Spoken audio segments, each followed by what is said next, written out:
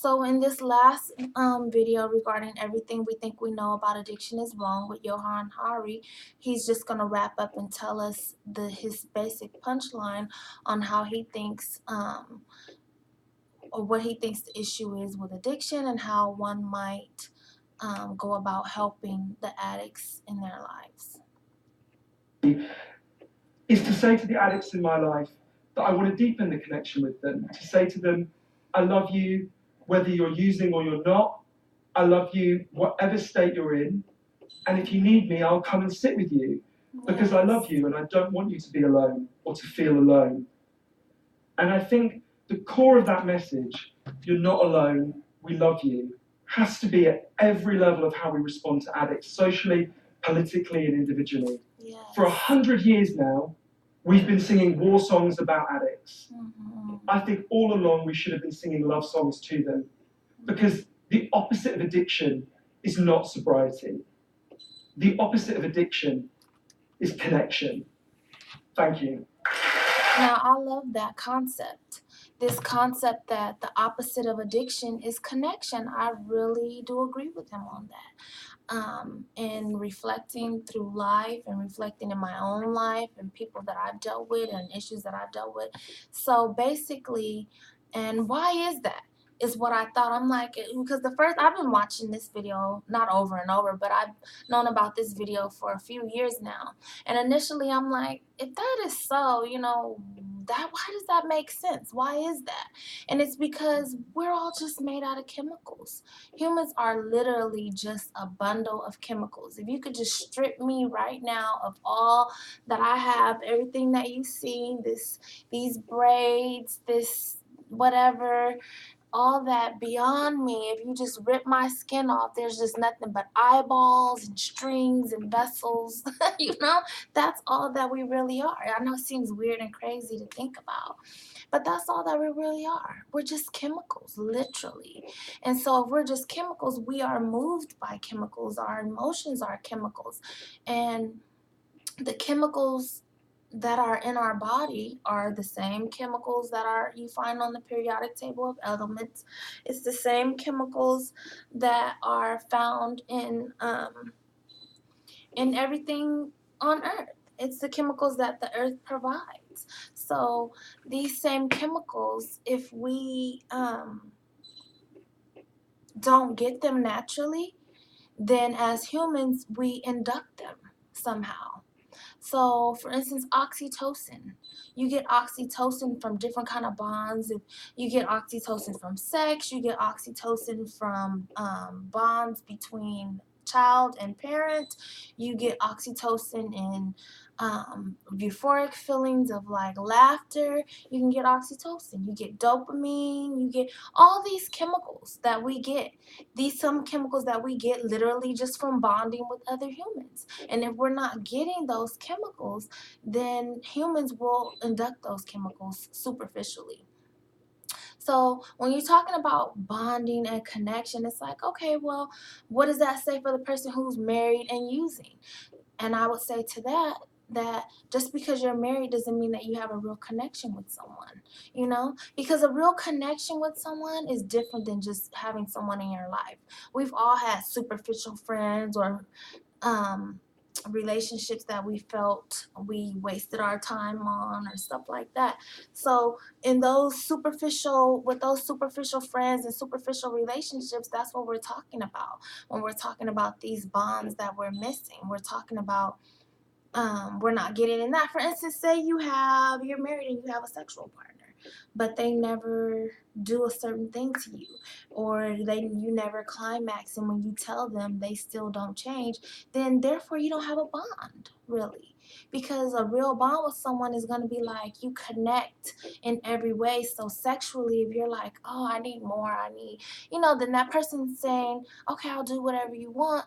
That's like a real bond. If you have a bond with a friend and you say, I'm feeling lonely, can you come over and hold my hand and just watch movies with me? That's a bond. And all the chemical exchange in that is real.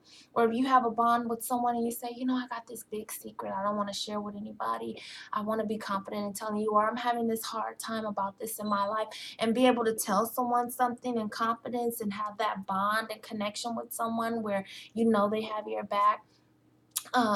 It develops. In fact, all studies related to human development say that the human develops best when they have a secure attachment to someone. And this is the kind of bond that we're talking about. We're talking about secure attachment.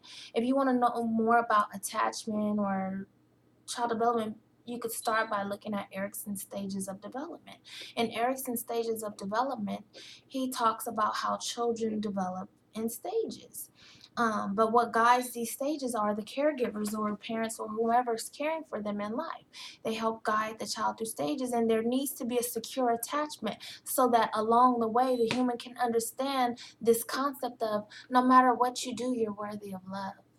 No matter how many times you fall, no matter if you fart, if you burp, no matter if you get an A or a D, or if you look pretty or if you look ugly, if you're sick, if you're well, if you're nice, if you're mean, no matter what, you're worthy of love, and I'm gonna love you, I'm gonna care for you, I'm gonna be there for you, I'm gonna help you, I'm gonna guide you, I'm gonna support you.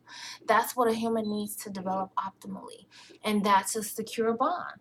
So if they have that start, that's great. If they don't, this is the most special part that I love about humans. If we don't have all of that bond, because guess what? Our parents may or may not have had all those tools while they were raising us. I know I sure didn't have all the tools when I first started out in parenting, but I developed many along the way. Some I sought out, some I learned the hard way, but I was able to develop them. But some people don't. And so it's not to blame anyone. It's just, you know, where they were at the time. But that's a great start for someone. But if you don't have that, you can go back in your mind. That's the phenomenal thing about human beings. We can go back in our mind and rethink things and get the development that we miss at that stage just by merely empathizing and understanding those caregivers. So, and that will help us to develop better bonds.